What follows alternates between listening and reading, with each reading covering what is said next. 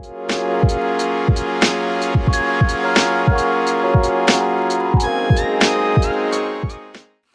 and welcome to this seminar today for New Hope, the Schools Work Conference. My name is Dr. Kate Middleton. It's so good to have you with me. And I'll just do a little bit of an introduction about myself before we kick off with our content today, thinking about this really interesting season that we're in while we're being released back into something that everybody's calling the new normal. So I'm going to be thinking about what that means, how we handle the challenges of this time, and why is it so difficult? Why is this time perhaps even harder than the season that we've come out of in lockdown? But just to tell you a bit about myself first. So my name's Kate. I'm a psychologist by background. I am one of the directors of the Mind and Soul Foundation. So we are based at mindandsoulfoundation.org, and we're a national organisation. We're really passionate about encouraging the church to engage with this whole area of mental and emotional well-being. So that's not just when you're unwell mentally or emotionally, when you're struggling with mental health problems. It's about this bigger topic and the whole question of what does it mean to live life really well in whatever season we're going through, whatever life is throwing at you. How do we not just survive but thrive in spite of the challenges of 21st century life, whatever they are? And so, of course, this season of pandemic living has presented us with some, well, what's that word? You cannot turn on the news or the radio at the moment right now without somebody talking about unprecedented. This is my new theory for how we solve the economic challenges of lockdown, is we have some kind of swear tin for the government every time they say the word unprecedented, and they have to put like £1 in the tin. I'm sure we'd cover a lot of the financial challenges, but it is an unprecedented time in terms of what are the difficulties right now and what does it mean to do life really, really well in this season. So that's Mind and Soul Foundation, so do check us out when this is finished. And I'm also the director of a really exciting new project that has been able to launch, partly as a result of the unique challenges of this time. And that's called Headstrong. You can check us out at beheadstrong.uk. And Headstrong is an online space for teenagers and young people that is looking for them at creating somewhere they can talk about the challenges of this time, but of life in general, and all this stuff around well-being and emotional health and resilience, the sorts of things that you hear people talking about so often. And really what we want to do with Headstrong is speak a better story over this generation of young people who, particularly in this unusual time, are just hearing so much negativity about themselves, about their future, about the world they're growing up in. And we want to say to them, okay, so there are challenges. Real life is difficult. Real success is not a smooth upward battle. It's all about ups and downs and difficulties and how you respond to them. We want to talk about what real faith looks like in that context as well. What does it mean to follow Jesus in this time? How do you handle the questions that you have and the challenges on your faith? But also we want to talk about the real world. You know, 2020 is a tough time to be doing life. So what does it mean if you're a teenager, if you're growing up in that time? How do you do that well? So that's beheadstrong.uk, so check that out as well. But for now, let me carry on with our content for today. And this is a really interesting season because we're coming out of 6 months of lockdown. And lockdown was this weird time that took most of us by surprise, even though we sort of knew something was coming. We look back now and we think about how naive we were before it happened, just thinking about those early weeks in March and how little we understood how dramatically our life was about to change. And lockdown obviously had its challenges, but there were two things going on within lockdown that did help us in terms of how we managed them. And number one was this real sense of clarity. Lockdown may have been harsh, but in a lot of ways it was simple. The message was very clear. Stay at home and stay safe. And for the vast majority of people, unless you were a frontline worker and had to be getting out and going to work, that was the message. Stay at home, stay safe. We were all universally really in the same sort of boat. We were in that same space. And there were differences in terms of how it affected us and how strongly we had to follow those rules. because of course some people who were shielding or who were more vulnerable had to do that for longer and had to follow much stricter rules. Some people were furloughed, so literally lost their means of productivity, their work, the stuff that they normally did. For other people, the way that they worked just changed completely as they had to adjust to doing that from home. Maybe there were extra challenges for some of us. I've got 2 kids. I've got a 15-year-old and an 8-year-old. So we were thrown into the wonderful world of homeschooling, which alongside my husband and I both working full-time in quite demanding jobs was a bit nuts, to be honest. So there were some differences, but there was still basically a big clarity. And the number of decisions you had to make day to day were fairly small. Everybody just had to stay home. Our main challenges were how we manage the complexity of what that looked like for each of us. And also for many people, actually the biggest challenge were how to fill your time. It was around isolation, boredom, loss of productivity. The actual decisions and challenges about how to carry on with everyday life for a lot of people were dropped. And some people found a relief in that, a release. And a dropping of some anxiety and some pressure around having to go out and go into the real world. The second thing that helped us, therefore, mainly in lockdown was that it was almost, in all cases, a fairly shared experience. So whilst there were differences, and they were always a source of difficulty, as I've said, between people for whom the impact was much bigger or the challenges of the moment were more difficult compared to those who were actually having a very nice time, thank you. There were those differences, but we were on the whole having this sense of shared experience, and there were some things that were done as part of lockdown that really were designed to emphasize that. So things like the clapping for carers. You know, if you went out on your driveway at the right time on the right evening, you would see people all around your neighborhood coming out to do the same thing, and that sense of something shared was really powerful. And we know as psychologists that in moments of acute crisis and difficulty, a sense of shared experience and common fate is really important. It helps us as human beings if we feel like we're all pulling together. So in that moment, we did feel part of something bigger. Many people volunteered or got involved doing something that helped them feel part of some bigger meaning in this moment, and that helped. So now though, where are we at? And really, as we went through the summer months, we moved into this different season of what I've called release and a new normal. Everybody's starting to talk about that, particularly as we went through August, as we try to get back to something resembling normal life. And what's been interesting in that season is how people have responded to it, actually finding it tougher than they did lockdown. And part of the difficulty of that does come the fact that that was a surprise. Many people wrestling in their own heads with that, thinking, what's going on? Why am I finding this so hard? I should be feeling better. I should be happier. This should be easier, when actually it isn't. And what I want to talk to you about today really is the fact that this season is in many ways more challenging than lockdown. Lockdown was hard. But actually this season we're in now has some extra challenges. And I want to talk about 3 Ds, which explain a little bit of why this is so tough. And number 1 is difference. Now, like I've said, difference was always an issue. There were always differences, and they were always difficult. If you were the person who felt like actually you were shielding, you weren't even allowed to leave the house, and you were seeing people going off on their walks or their bike rides or whatever it was they were doing, that was tough. If you were the person isolated on your own and you were seeing people on social media talking about this amazing family time it was and how wonderful to spend time with their loved ones, and you couldn't see your loved ones, that was tough. If you were the people feeling under immense pressure because you were juggling demanding jobs, maybe frontline working, facing new challenges, tougher hours, exhausted, and you were seeing people messaging about doing their garden or the wonderful time, again, they were having with their children, that was tough. But in this season, the differences have in many places become magnified, because some people right now are going back to something that looks and feels a lot like normal life.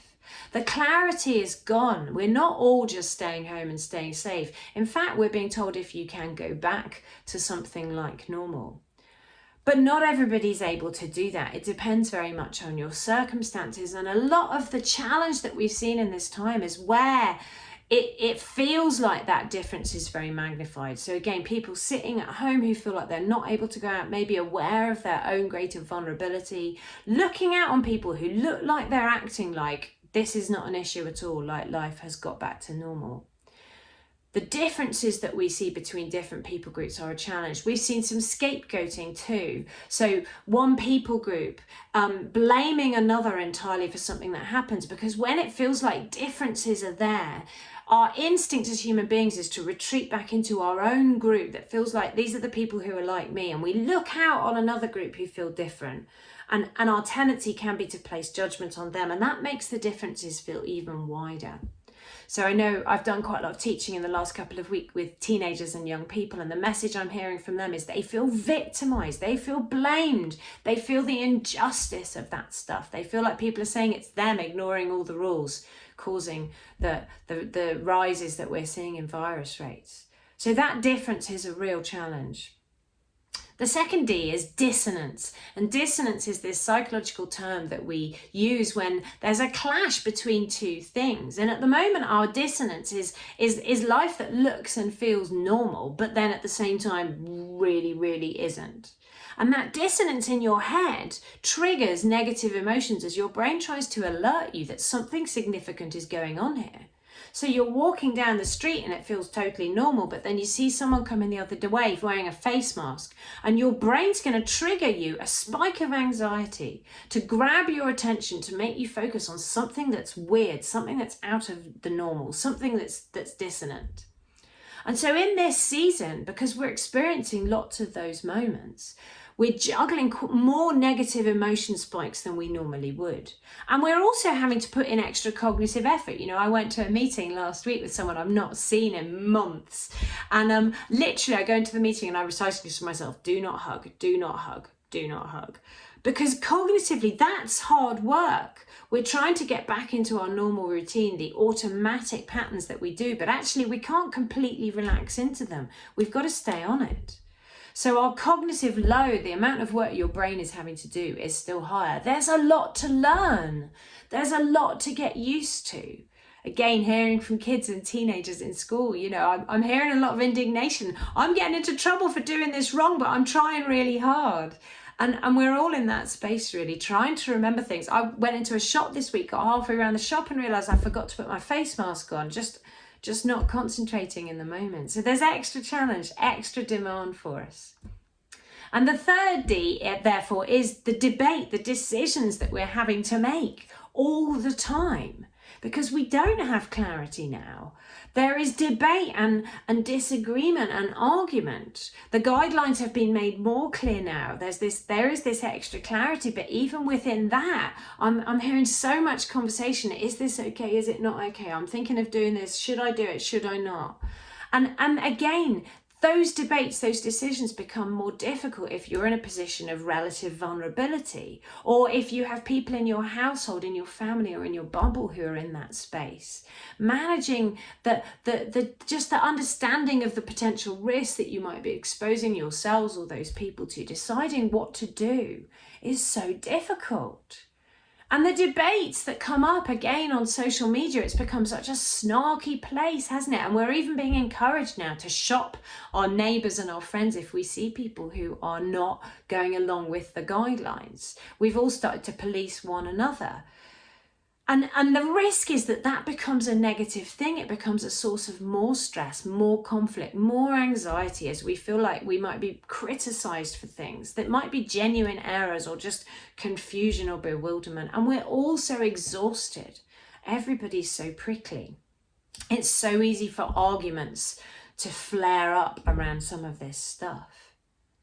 And on top of that, in this moment, we have a big challenge, which is to process what the heck has happened to our life? What has happened to our world? What has happened to our culture? Because in lockdown, we could approach it like it was just this crazy few months. I mean, whoever thought it was going to go on for 6? But we could process it just as this acutely weird time. What we've got to do is get our heads down, get through it, and it's all going to be fine. Now, though, we're talking about normal, new normal. This is the way my life is now. And even now in this season, so as we come towards the end of September and we're seeing virus rates go up, I think many of us are starting to realize that the reality of what this is going to look like.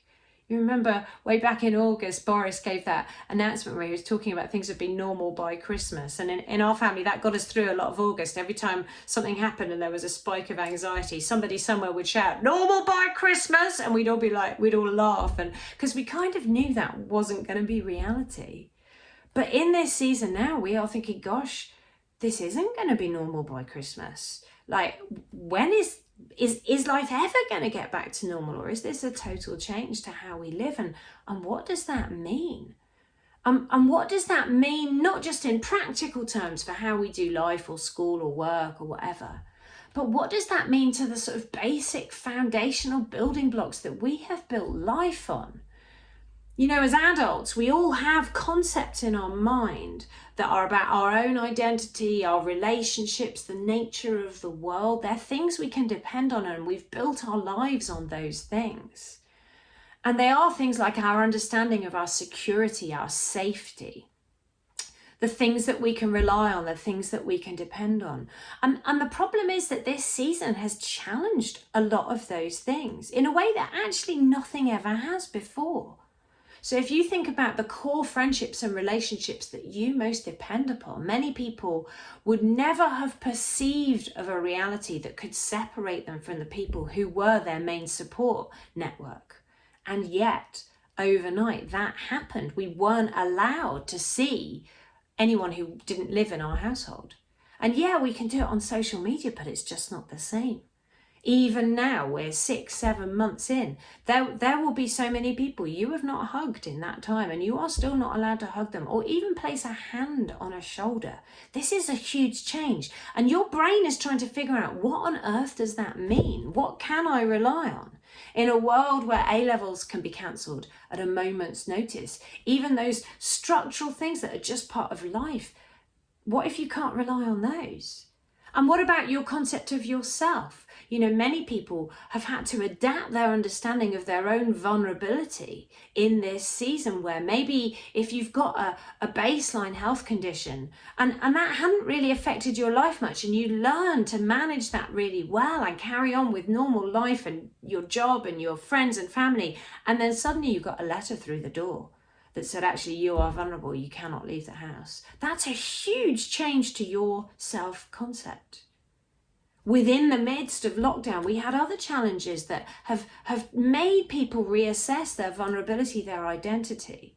So the Black Lives Matter protests were very much just a releasing of the emotion for a huge amount of people who suddenly found themselves in a place where they had to reassess. Actually, there are things about who I am that change the way that the world responds to us. And that sense of threat and challenge and distress that caused, on the top of a moment where many of those people were already dealing with trying to understand their vulnerability and their place in wider society and culture and what that meant, was hugely, hugely challenging.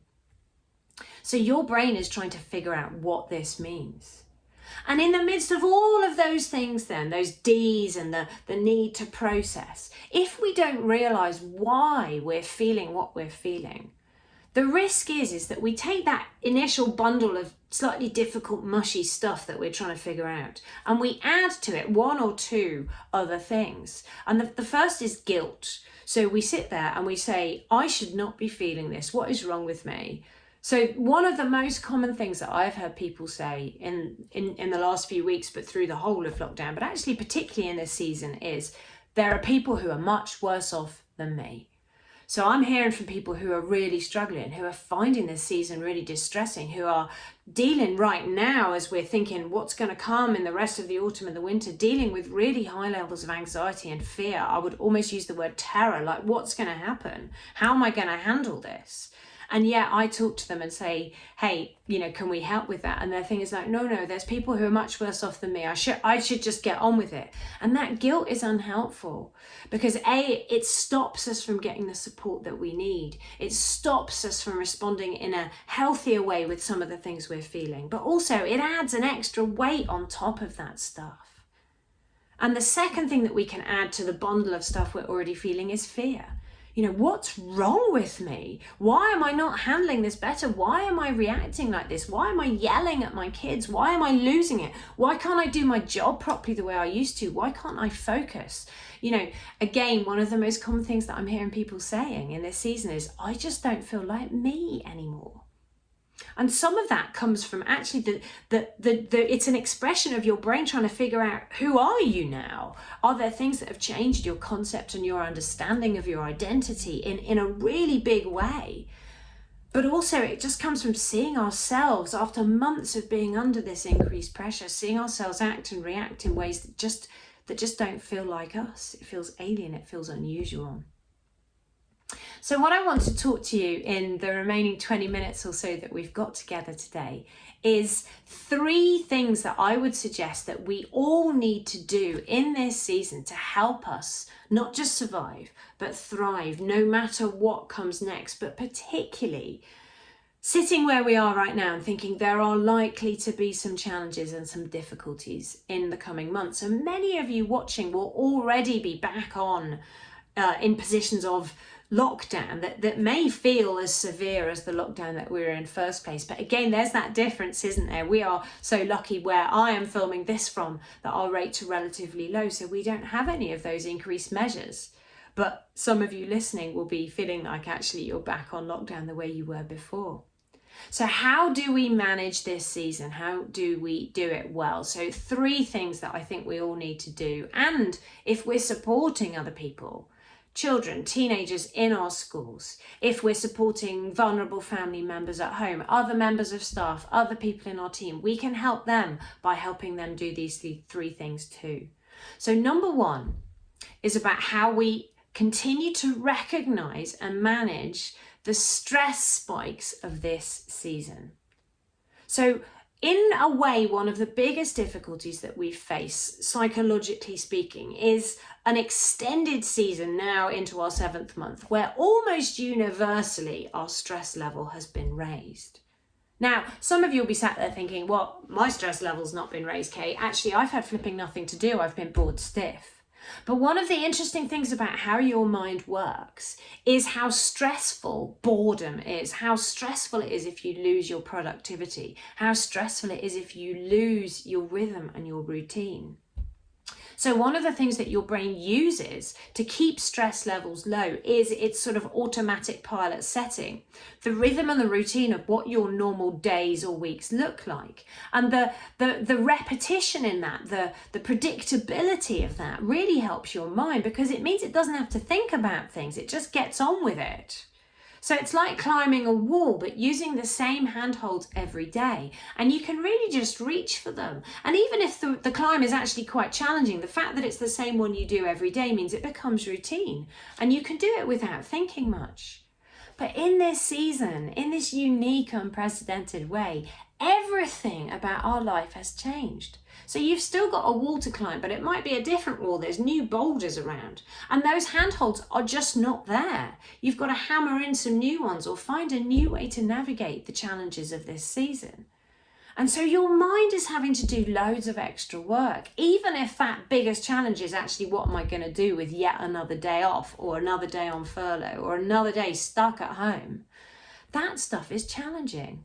And some of the things that we've lost as well as part of that, like connections with other people, are the ways that your brain balances stress as well. So not only have we raised stress, but we've lost some of the things that would automatically lower it, like the physical connection with our loved ones. If we have a hug with someone, your brain actually releases a chemical, your body releases a chemical that, amongst many other impacts, drops your stress level.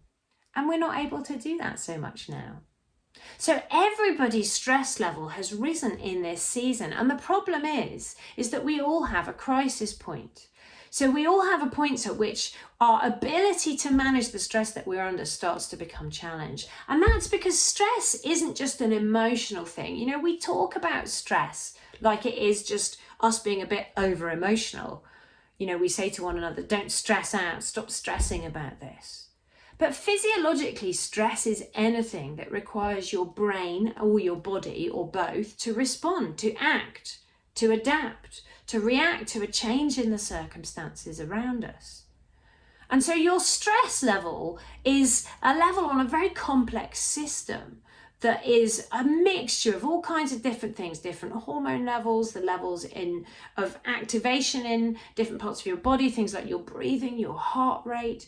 It's incredibly complex. Stress changes the way that your mind responds and focuses on the world around you. It changes the way that your body responds.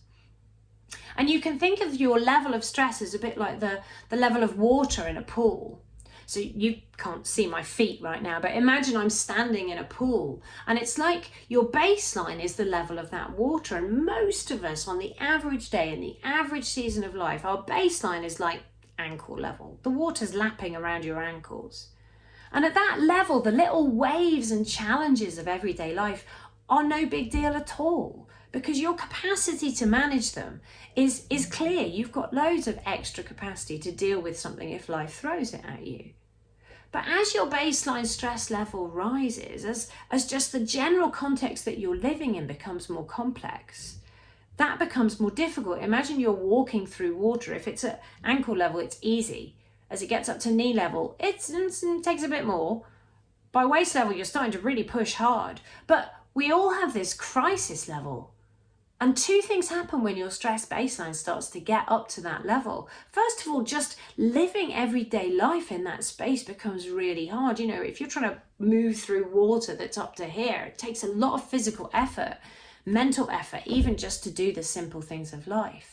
But the second thing is waves become a lot more significant when the water level is up at your neck anyway, because literally you're at the point where you might go under, and your brain's capacity, your body's capacity to deal with all the things you're juggling genuinely is about to be full. And that's a very uncomfortable space to live, therefore. And the combination of those two things means that your brain is basically on this constant red alert. It's like, you know, the emergency setting, you know, like when you're on a plane and it's about to land and they turn off all the lights except the essential ones. Your brain's gone onto this potential red alert moment, and it's operating in a completely different way. So the way that you see, that you experience, that you understand the world when you're in this place on the edge of overwhelm affects the way that your mind thinks. And there's probably three key ways that happens. The first is that your brain tries to simplify everything because, frankly, life has become too complex and you need to keep a focus on the important stuff. So you start to see everything as though it's very black or white, one thing or another. So things are either good or bad. They're either success or they're failure. People are either for you or against you. You are either a hero or an utter disaster. And because your brain is biased to spot negative things, because negative things generally matter more, it's more important that you notice the moments where you might mess up than the moments where you might do brilliantly. The risk when we're in this place on the point of overwhelm is that everything starts to feel really rubbish. Everything you do starts to feel like failure. Everybody around you starts to feel like they're against you. Why is everyone having a go at you all the time? Well, maybe they're not. Maybe it's just that you're in this place where your brain has started to feel under attack, overwhelmed, and therefore you're not thinking clearly. Because of the way that your brain tries to simplify things, it's as though your rational thinking brain, it gets turned right down. You start to respond much more instinctively, and your ability to rationalize and think things through clearly is reduced. And actually, some of the cognitive abilities that you have, things like memory and attention and sleep even, they change in this moment because you are on high alert. So if you're potentially on the edge of crisis and disaster, what your brain needs to be doing is scanning the horizon all the time for the next bad thing that might happen. So focused attention becomes very difficult. So you sit down and try and concentrate on a piece of work that you've got to do, or even read a book or watch a movie, and you just can't do it. Your brain's flitting all over the place. That's why. Your memory's shot to pieces too. It's like you can't hold something in your brain. You're forgetting things. You're losing track of things. A lot of that is what life is like when you're living on overwhelm. You haven't suddenly become rubbish at everything. You're just exhausted, and your brain's in this place where you're stressed out. And sleep. I mean, we've heard now coming out of lockdown many reports about just how many people struggled with sleep. And so much of that is because of this. Because if you're on the edge of potential disaster all the time, this is not a good time to switch off and go to sleep. So you're trying to sleep. Your brain is saying, no, stay focused, stay alert. Or maybe you've spent the whole day trying not to think about all the things that are worrying you, all the anxieties you have, all the things that could go wrong, and filling your mind with other stuff, keeping busy. And then you lie down and try to go to sleep and you want to switch off your mind, but your brain is like, finally, I can get your attention. And so at the moment when you least want to, suddenly it's buzzing, it's full of all your worst fears, all your worst worries. So sleep can be a real challenge. And the third thing that changes is our emotional hypersensitivity. Because one of the interesting things about the way that particularly the emotions of anxiety and frustration work is that they're on the same physiological system, because they are emotions that are all about grabbing your attention and making sure that you don't miss something that could be significant. So anxiety is your brain's way of grabbing your attention and warning you something bad might be about to happen. It's like your brain's smoke alarm.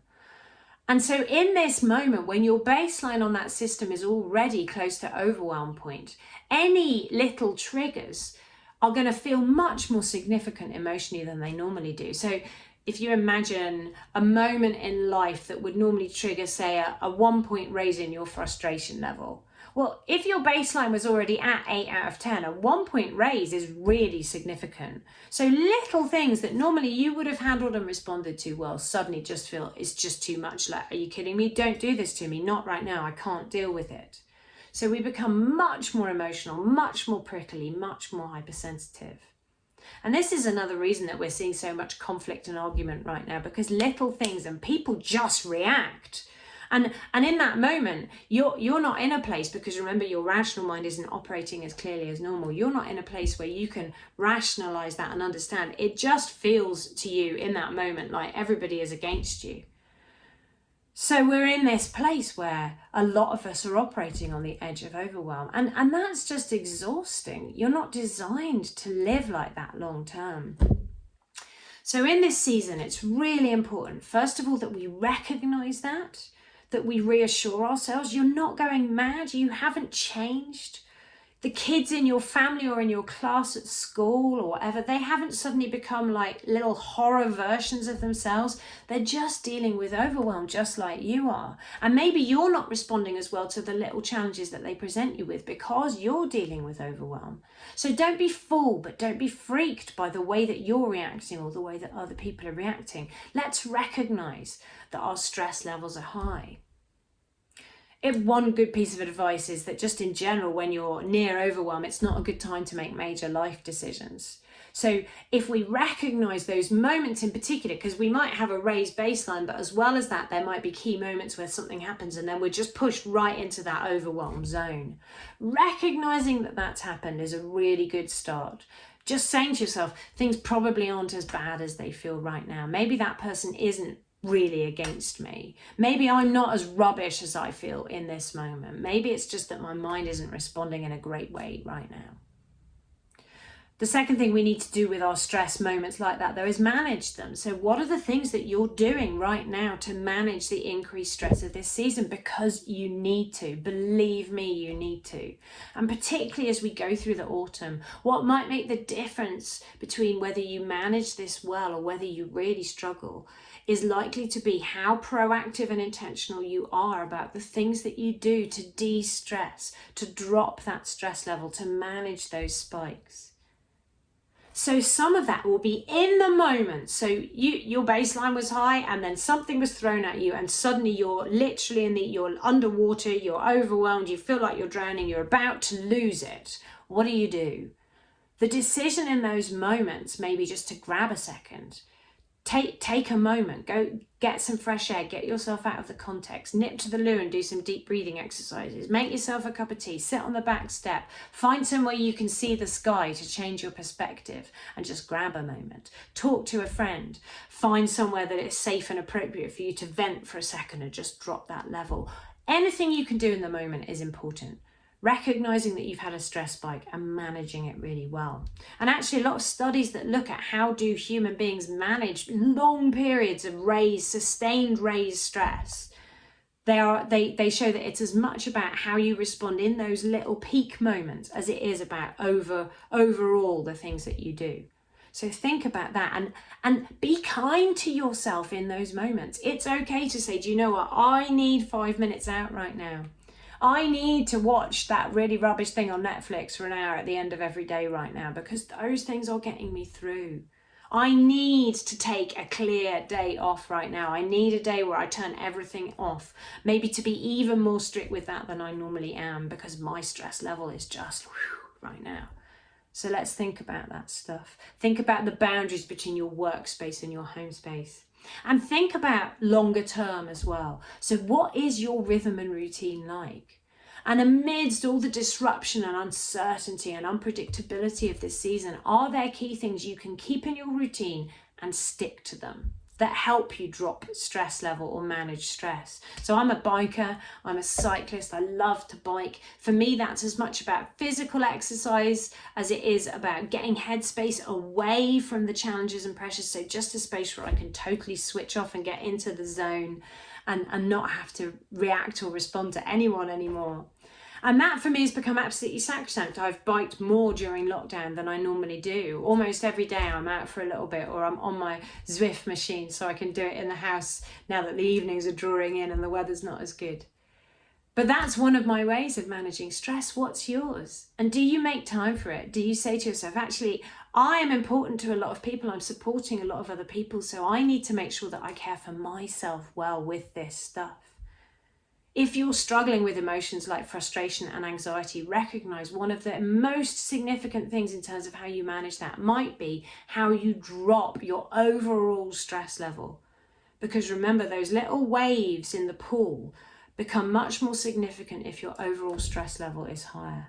So think about how you rest your brain. You know, one of the things that a lot of people do to chill out and relax and sort of act out the frustrations of the day right now is they'll play video games. But that's not restful for your mind. That's still asking a lot in terms of it acting and reacting and keeping up and keeping track of lots of things. So be careful about how you relax, that you're doing things that enable your mind to switch off as well as your body, that are about distraction but are also about just space. You know, I love that in the Old Testament when it's talking about Sabbath and the need to rest and have that as part of our regular routine, one of the ancient Hebrew words that is used when they're talking about what Sabbath is about literally just means stop. And you know, this isn't rocket science. What are the things that place demands on you normally in your everyday life, or not normally in this new weird world that we're in? And where are the moments where that all just stops and goes away?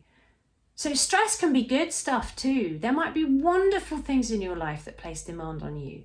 Kids, relatives, a job that you absolutely love, volunteering, youth work. These are all amazing things. But even though you love them, they could be stressful because they place demand on you. And in this season, probably more stressful than normal.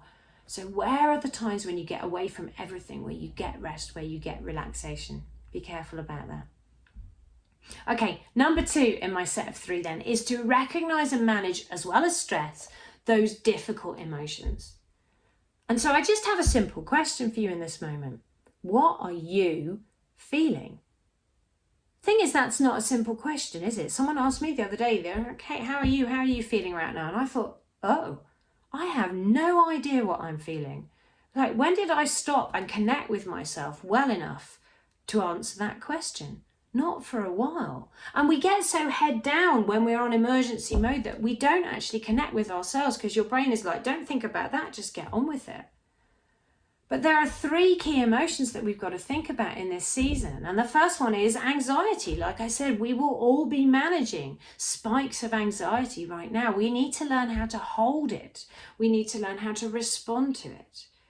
You know, when your smoke alarm has become oversensitive because your brain's on an emergency setting, one of the most important things to manage is to learn how to hold anxiety in those moments where actually it's just about your brain needing to reset.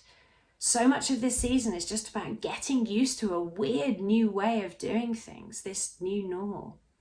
So we need to anticipate anxiety, expect it, not be surprised by it, but learn how to manage it.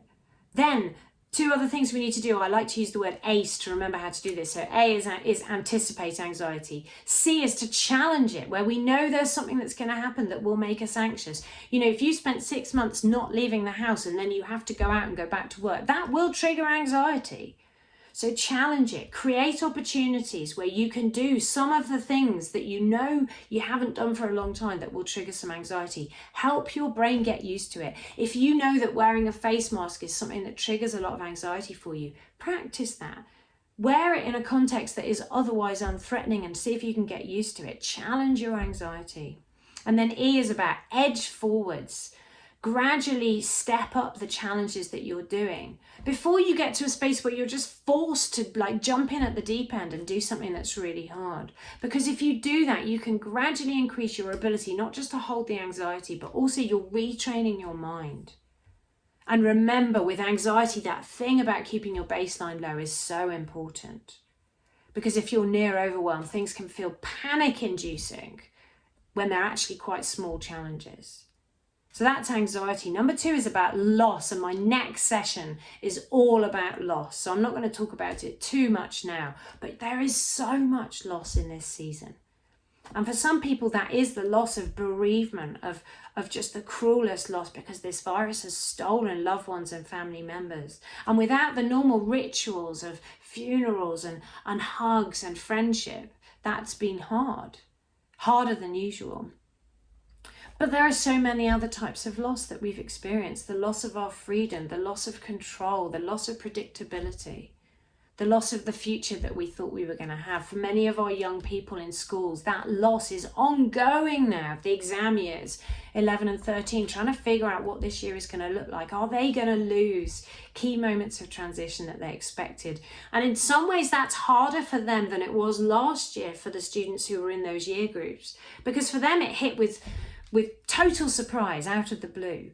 But for this year's 11s and 13s, they are anticipating that loss. And we know as psychologists that anticipated loss is often worse than when it actually happens. The anxiety and the worry about that is really difficult. So we need to help people process loss, and check out my next seminar for more on that. And then frustration is the third emotion, like I've said, because it's operating on this same cycle. So again, think about, how are you dealing with frustration? How are you keeping your overall baseline low so you don't blow your top when it's not sensible or helpful to do so? Okay, my number 3, just as we finish this session, is a simple one, and it's we need to rediscover how to have fun. But that's not so easy, is it? In a moment where your brain is overwhelmed, the entire world seems to have gone crazy. There are new challenges all the time. Everything keeps changing. When your brain is in that space, it's not easy to have fun. You might do things that you used to really enjoy and just find they don't really do it for you anymore. If your brain is in emergency mode, it's not easy to relax and just chill out and hang out with friends. So we need to relearn our habits of fun.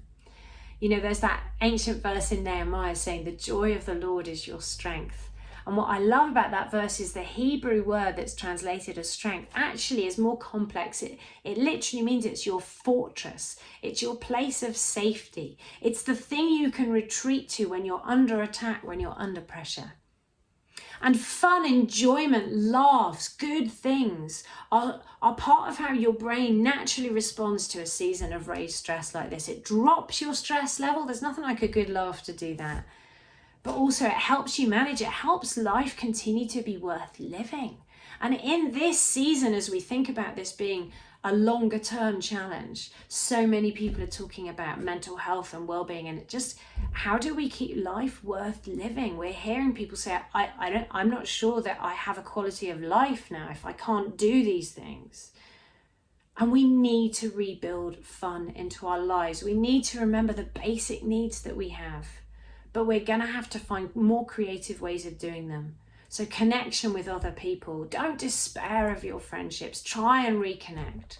So much talk of isolation in this moment, and isolation on its own is hard. But very often what lies behind how hard it is people feeling like they were forgotten.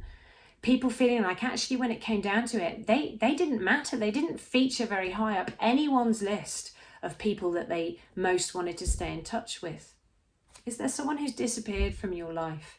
who you would normally have seen just in passing, in coincidence, in work, in the school corridor or wherever, and you've not seen them for 6 months. Maybe now would be a good time to get back in touch with them, try and reconnect, try and create rhythms and routines where you do see people, where those natural relaxed banter moments that we now don't have, where they do happen or they can happen. Push yourself where you can and where it's safe to do things in person. Obviously not when increased guidelines make that impossible. And stay outside if you can to keep it safer. Keep it in small groups, 2s, 3s, whatever. But where we can do things in person, that really helps us. And supporting kids and teens to do the same thing. You know, helping them to do that well and to do it sensibly is really, really important. And then remembering other needs. Getting outside, fresh air, connection with nature helps so much. We know that awe, that experiencing of the wider, beautiful physical world that we live in, helps to drop our stress levels. So this is why I say, if all else fails and you're feeling stressed out, go try and find somewhere where you can see the sky. Go watch the birds soaring around. Go look at the stars. Those sorts of things can help drop your stress level in a moment. And then remember other things that you can do that are fun. Think about, what are the things that just make you laugh? What are the things that you enjoy? Do you need to try out some new things, to persist with the old things, to try and rediscover your ability to have fun? Think about that stuff too. So recognize and deal with, manage moments of high stress. 2, deal with the difficult emotions. Find spaces to process and express those emotions. And 3, rediscover how to have fun. And I hope and pray for you watching that in this challenging season, as we try to get back to something like new normal in the midst of such difficult circumstances, that you can find what you need to not just survive but thrive. And if you're feeling anxious or panic around some of the things that may be coming, or you're supporting other people who are, my prayer for you right now is that just the peace of God would surround you in this moment where the world feels so uncertain. You would be able to fix your eyes on the one solid thing that we can depend on, which is the God who we love and the God who loves us. So may you know that as a reality in this season. In Jesus' name, amen.